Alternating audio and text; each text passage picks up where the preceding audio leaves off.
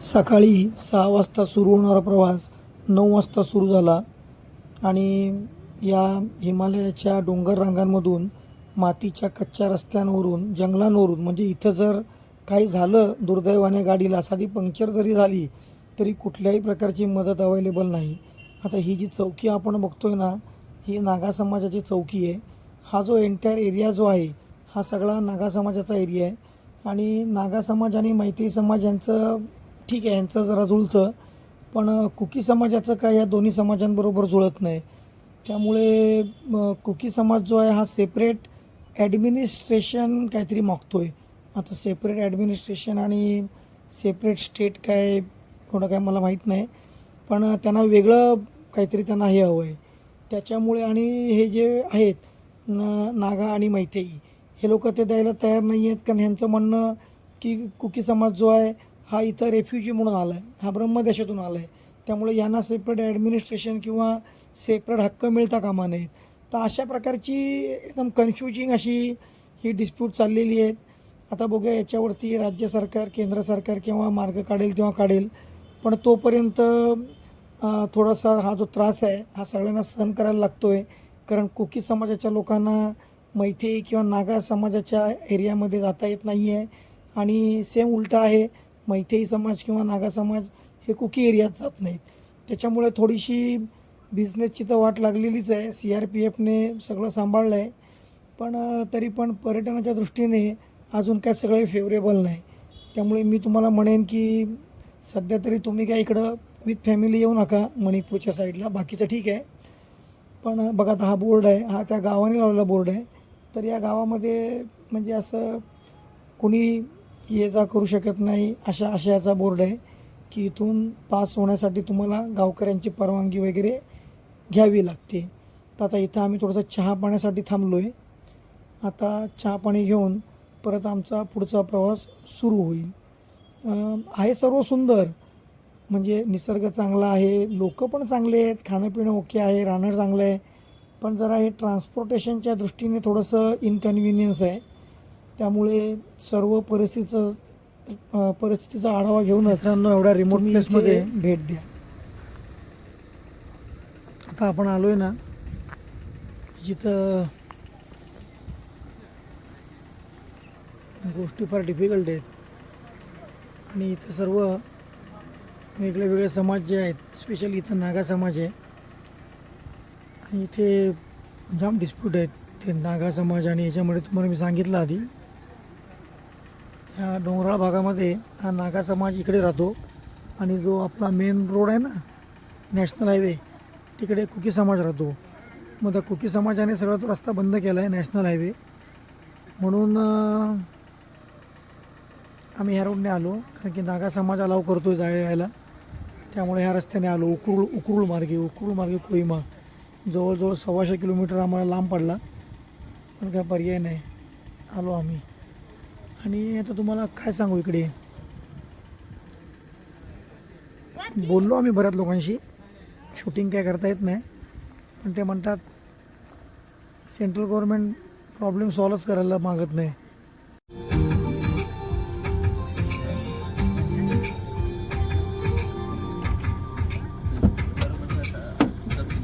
उकरूळ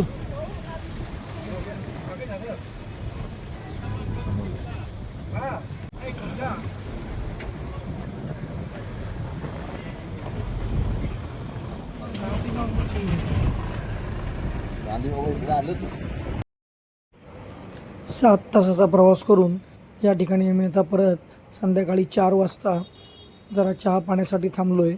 बघा पूर्णपणे मातीचा रस्ता आहे आणि या मार्गाने फक्त जे इमर्जन्सी गुड्स आहे त्याचीच फक्त ट्रान्सपोर्टेशन होतं आहे. बाकी जनरली कोणी या मार्गाने यायला मागत नाही, कारण की खूप डेंजरस रोड आहे. कारण की या रस्त्यावरती बऱ्याच ठिकाणी उग्रवादी आहेत, मी बघितले, बंदूक वगैरे घेऊन असतात, डोक्याला पट्टी असते, खाकी किंवा अशी काहीतरी किंवा साधे कपडे असतात आणि त्यांचं नियंत्रण या संपूर्ण भागावर आहे. सपाटीवरती मोस्टली मैतेई समाज राहतो आणि या हिल्ली भागामध्ये डोंगराळ भागामध्ये कुकी आणि नागा समाज राहतो. असं सर्व डिव्हिजन या ठिकाणी झालेलं आहे. थोडासा चहा आणि नाश्ता झाल्यानंतर, नाश्ता म्हणजे काय फक्त बिस्किट हो, आम्ही पुढच्या प्रवासाला सुरुवात केली आणि जवळजवळ रात्री 9 वाजता आम्ही कोहिमाला पोचलो. कोहिमाला हॉटेल घेतलं आणि त्याच्यानंतर आमचं कोहिमा दर्शन सुरू झालं. Kohima is the mirror of Nagaland. Welcome मित्रांनो, welcome to capital city of Nagaland, Kohima. रात्री आम्ही कोहिमाला पोचलो. कोहिमाचा हा सिटी व्ह्यू बघताय. एक सुंदर आणि खूप मोठं शहर आहे कोहिमा. माझी 3री विजिट आहे कोहिमाला. इम्फाळवरून दिमापूरला जाताना मध्ये कोहिमा लागतं. कोहिमा शहराचा हा तुम्ही व्ह्यू बघताय. एक 4-5 डोंगरावर पसरलेलं हे मोठं शहर आहे.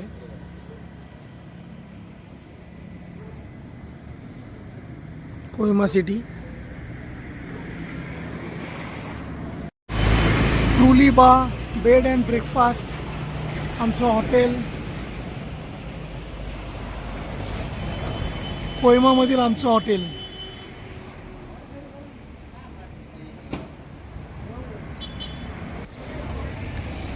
बघा मित्रांनो, आता आपण एका बिझी चौकामध्ये आलेलो आहोत. इथं तुम्हाला डॉमिनोज, KFC, मॅकडोनाल्ड चांगले चांगले ब्रँड तुम्हाला मिळतील. टेम्परेचर म्हणाल इथलं आता खूप सुंदर, म्हणजे मला वाटतं एक 15, 16, 17 डिग्री असेल. अतिशय शांत थंडगार वातावरण आहे, आल्हाददायक. आणि आज तारीख आहे 28 मे 2026. आता तुम्ही विचार करा, ह्या तारखेला महाबळेश्वर, माथेरान, उटी, म्हैसूर, बँगलोर किंवा आणखीन काय ते आपलं शिमला, कुलू, मनाली, गँगटोक, श्रीनगर इकडे काय अवस्था असेल. पण आम्हाला मात्र इथे 1,500 रूम मिळाले. रात्री मस्त जेवण केलं. आमच्या चौघांचं बिल काहीतरी 400 रुपये झालं. व्यवस्थित खाल्लं आम्ही. क्वांटिटी क्वालिटी एक नंबर. थंडी होती, आता जरा थंडी नाही आहे. पण विचार करा, मे एंडिंगला पण इथलं टेम्परेचर खूप चांगलं आहे, सुटसुटीत आहे. ट्रॅफिकचा त्रास नाही, गर्दीचा त्रास नाही, मोठे मोठे रेट नाहीत काय एक्सपेन्सिव्ह, आणि शांतता. आता तुम्ही विचार करा, शिमला, कुलू, मनाली, उटी, महाबळेश्वर किंवा इतर जी काही हिल स्टेशन्स आहेत, इथं आता काय रेट असतील. मे एंडिंग चाललं आहे, 28 मे. म्हणून मी बऱ्याच जणांना सजेस्ट करत असतो, थोडंसं आउट ऑफ द बॉक्स जाऊन विचार करा. आणि शक्यतो तुम्ही ही जी नॉर्थ ईस्टची ठिकाणं आहेत, जसं मिझोराम जे आहे त्याची राजधानी जी आहे आयझॉल, त्रिपुराची राजधानी आगरतला, किंवा मणिपूरची राजधानी इम्फाळ, किंवा नागालँडची राजधानी कोहिमा, अरुणाचलची राजधानी जी आहे ती इटानगर, किंवा इकडं बरीच तवांग आहे. बरीच ठिकाणं आहेत. तुम्ही माझे व्हिडिओ बघितले तर तुम्हाला तिकडे जाण्याची माहिती मिळेल. खूप स्वस्त आहे. तुम्ही ट्रेनने येऊ शकता, फ्लाईटने येऊ शकता, तुम्ही एखादं ठिकाण करू शकता, 4 ठिकाणं करू शकता. तुमचं बजेट, तुमचा वेळ याला ॲडजस्ट करून सगळं शक्य आहे. ढग मस्तपैकी डोंगराला लागलेले आहेत. कोहिमा शहराचं हे मस्तपैकी सुंदर असं दृश्य आपण बघतोय. मित्रांनो, कोहिमाला यायला तर काहीच प्रॉब्लेम नाही. आपल्या मुंबई पुण्यामधून 3-4 गाड्या दिमापूरकडे येतात आणि दिमापूरपासून फक्त 70 किलोमीटर अंतरावर कोहिमा आहे. दिब्रुगड एक्सप्रेस येते.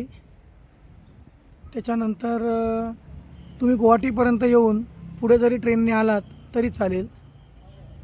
मस्त हिल स्टेशन आहे.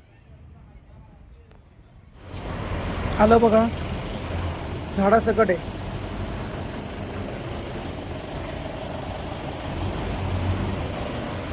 लोकल भाज्या, पालेभाज्या.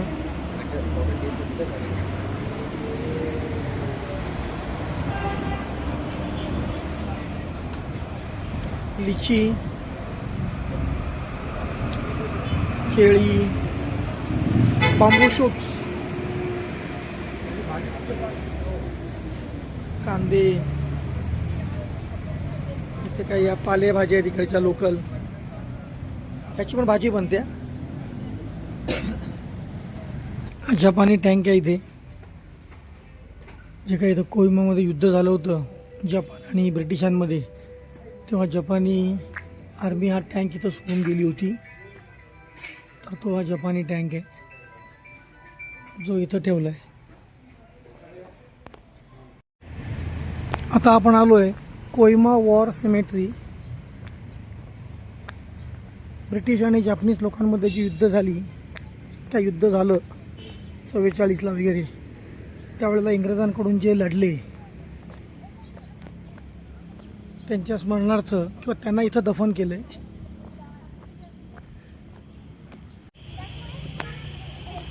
बघा, ही आहे कोहिमाची वॉर सिमेट्री. थोडक्यात थडगी आहेत. इथं नावं लिहिले.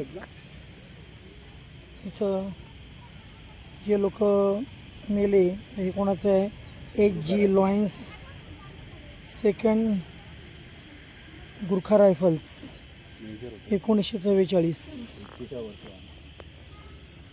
L Smith.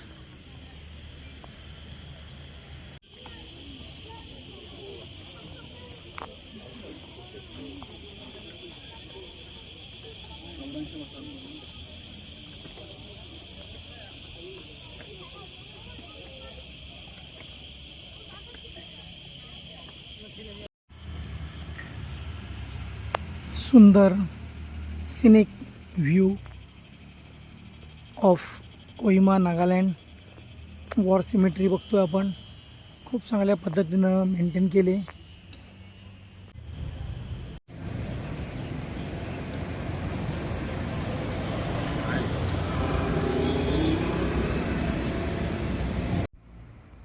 कोहिमामधील अतिशय प्रशस्त, सुंदर आणि सगळ्यात मोठं चर्च आपण बघतोय.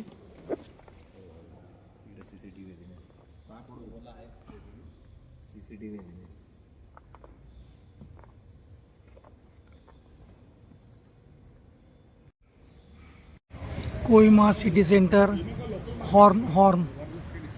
Hornbill.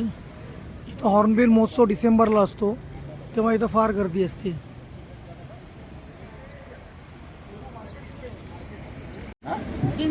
Naga chilli, king chilli खूप तिखट असते. इकडचं मार्केट आहे.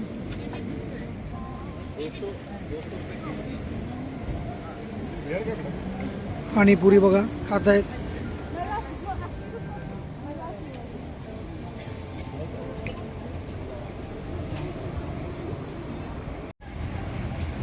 कोहिमाचा माहोल बघा. धुकं, एकदम ओरिजिनल हिल स्टेशन. पाऊस सुरू झाला कोहिमात.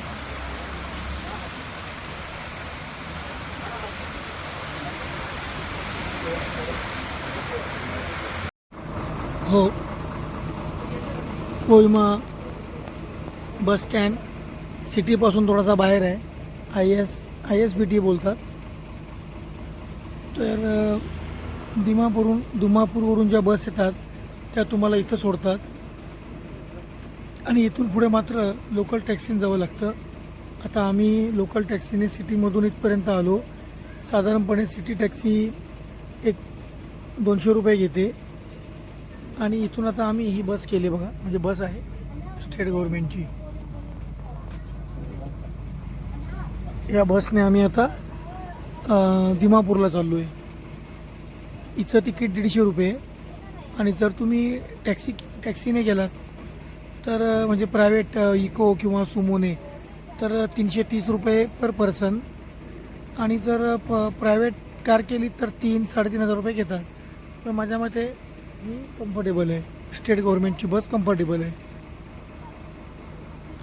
तर हा कोहिमाचा ISBT किंवा स्टेट ट्रान्सपोर्टचा बस स्टँड. तर मित्रांनो, कोहिमावरून 2 तासाचा बसचा प्रवास करून आता आम्ही दिमापूरला पोचलो आहे. आता जवळजवळ एक 5:45 वगैरे वाजलेत. आता दिमापूरवरून आमची ट्रेन आहे गुवाहाटीसाठी, जी आहे रात्री 10 वाजता. मग आता 3-4 तास काहीतरी इथल्या ते टाईमपास करणार आणि निघणार. दिमापूरचा जो बस हा डेपो आहे तो, आणि रेल्वे स्टेशन बाजूबाजूलाच आहे. मला दाखवतो, मी इथून बाहेर पडलं की लगेचच रेल्वे स्टेशन आहे. त्या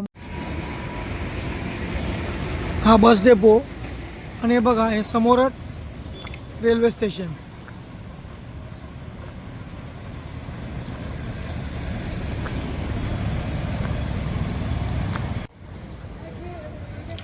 दिमापूर रेल्वे स्टेशन. इथून पण तुम्हाला प्रायव्हेट गाड्या भेटतील त्याला जायला, कोयमाला किंवा इम्फाळला.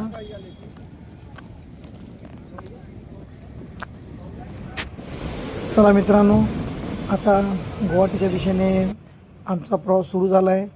बघत राहा यूट्यूब चॅनल प्रवासी दिनेश, आणि पर्यटनाचा फिरण्याचा आनंद अगदी घरबसल्या घ्या. तुम्हाला मी जास्तीत जास्त ठिकाणं दाखवण्याचा प्रयत्न करत असतो कमीत कमी वेळेत. तुमची प्लॅनसुद्धा तुम्हाला करायला, बजेट तुम्हाला तुमचं ट्रिपचं बसवायला नक्कीच माझे व्हिडिओ बघून तुम्हाला मदत मिळेल. तर घरबसल्या पर्यटनाचा फिरण्याचा आनंद घ्या.